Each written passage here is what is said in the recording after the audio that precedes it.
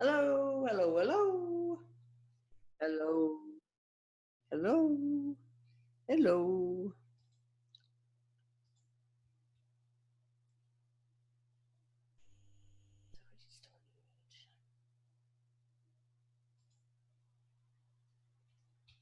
Seventh month of seeing this. Yeah, maybe I'll think You will not let believe have that I did not get on. It's on. okay. Hi, Vicky. I'm with Vicky Delaney, expert in ISO systems, standardization, creation, and simplification. Um, Vicky, we have a question from our reader: how to avoid failing your ISO audit? How to avoid failing your ISO audit? Well, the answer to that is you can't fail your audit unless you decide you will. It's up to you. The truth is, the way the system's built is if you get major findings, that does not mean you fail the audit. It just means that you have some serious issues with the implementation and maintenance of your quality system, and you need to address them. However, if you have more than 4 or 5 major findings, that could be a problem. So let's just talk about if it's less than that, what's the process? Basically, the auditors will give you a corrective action. You will have to go in and figure out why. So the first thing you do not want to do is write the finding in your investigation. That's not the problem. The problem is, why did this happen? So it can happen in the work environment, it can happen in the equipment, it can happen in the process, it can happen with the wrong person doing the wrong job, it can happen with any number of things, and those are all part of the planning process. So I'm telling you this because as a lead auditor, my biggest problem and the most frequent findings that I have are against the corrective action system not being handled properly. In other words, the findings are not really investigated to find root cause. So that's usually a serious problem. So you get your findings, the auditor leaves and tells you you have to respond in 30 days. And then they tell you, we're coming back. So the best way to avoid seeing that auditor again for another year is don't get any major findings. But have you failed? No.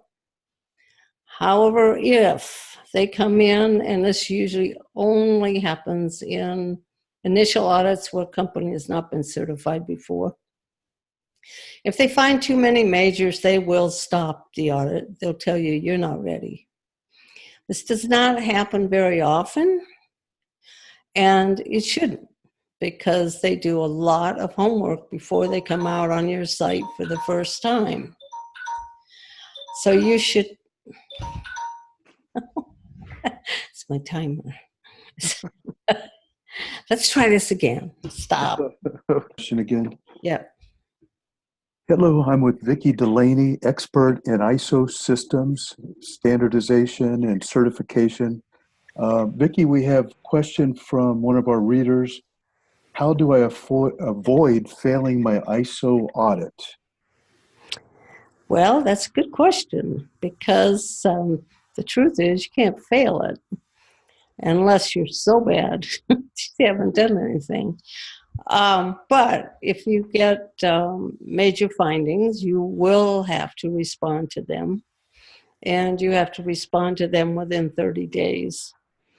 There have been times when I have been on an audit where 4, 5, 6 majors, and at that point I have to stop the audit because they're not ready. That is the number one way to fail an audit. Number two way is don't do your internal audits, don't do your corrective actions. Again, major findings, and certainly there will be a discussion about whether you're serious about this or not. So bottom line, the only way you can fail an audit is if you do not do internal audits. You don't do your management review. You don't keep your corrective action system going. You do not handle customer complaints. You ignore your supplier issues. That's how you fail an audit. Is your certification? Okay. I'll go ahead and launch. Hello, I'm with Vicki Delaney, expert in ISO standards, their simplification, certification, and support. And a question from our reader is, Vicki, can I lose my certification, my ISO certification, whether I have it? And she has parentheses 9001. Yes, you can. Doesn't happen very often. That has been one of the major concerns with a lot of companies that, if you've had a bad supplier and they're ISO certified and they're still certified, the question you have in your mind is, why are they still certified? The one way you can lose your certification is too many complaints from customers to the registrar. That will do it every time. The other one is if you do not complete your transition audits when the transition comes through. Working with a client right now that did not get their transition audit done, and therefore we're starting all over again, which is not fun. Those are the two main reasons for losing your certification. The other reason would be if the system completely lapsed. And it's, like I said, how can you fail an audit? It goes back to no internal audits, no management review, no corrective action, no supplier evaluation, nothing being done to manage the system so that you can improve. And that is the entire purpose of the ISO system, is to improve your operations and improve your bottom line. So the answer to the question is yes, you can lose your certification, but you would really have to want to lose that certification. The choice is yours. Oh, very good, very good. Okay, thank you. That was very good. I think that's helpful. Vicki Delaney, expert in ISO certification, simplification, and many ISO standards. And we have a question, Vicki, from one of our newsletter readers. What can I do when my supplier is ISO 9001 certified, yet their performance is killing me? Interesting. Well, as you said, Jim, why are they still using them? That would be the natural first question. But there are cases where this supplier is a sole source. And that really puts you in a bind. So let's answer the first question. Why are they still certified? Well, the problem is when an ISO auditor goes in, they're only there just to touch the bases. And if they're not recording their customer issues, there's no way the auditor can conjure up what their problems are. So the onus really lies on you. It's what can you do? Well, the first thing is look for another source, if that's at all possible. The second one would be to notify the registrar, because they can come down on them hard. So if they are really serious about having that certification, they will they'll go after them. So it's a delicate dance for you because you're stuck. You've got somebody that is the only one that you can use, and you need to do something else. So ask yourself this question. Number one, am I part of the problem? Am I not giving them enough time to provide product?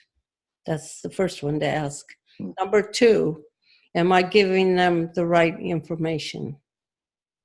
If those two issues are correct and you're still having problems, then I would recommend you get hold of the quality manager and sit down and have a talk. If that doesn't work, notify the registrar. Oh, very good. I think that's very insightful. That should be very helpful. Thank you, Vicki. All right. Hello, I'm Hi, with Jim. Vicki Delaney. Hello, Vicki. Vicki is an expert in ISO certifications, various ISO standards, hundreds of ISO certifications and support processes under her belt, and also ISO simplification. We have a question from one of our newsletter readers. Why do I have to look at supplier performance within the management review? That's an excellent question, which has a huge impact on a company.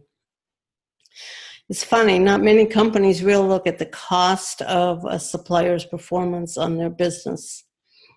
But when you look at expediting, if your purchasing department is not looking at expediting costs, you should be looking at them, because the question is it because of the suppliers, or is it because of the way you're scheduling your production?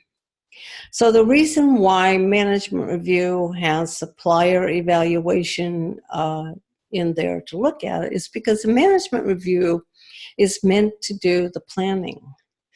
Is to look at what's going on in the company and understand where the risks are, where are the weaknesses. And of course, your suppliers have a huge impact on your ability to move product out the door. Because if they're not on time or they send you the wrong thing, you're down, you're done.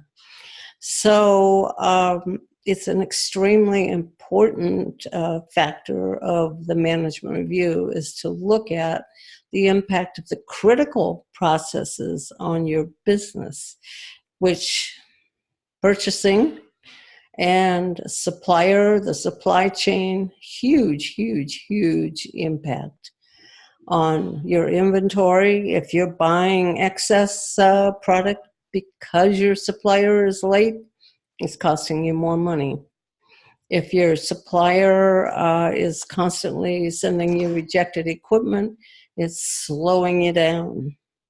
So management review, supplier evaluation is you're looking at the performance of your, let's say, your vendors in order to be able to see which ones are not working. Okay, very good. Okay.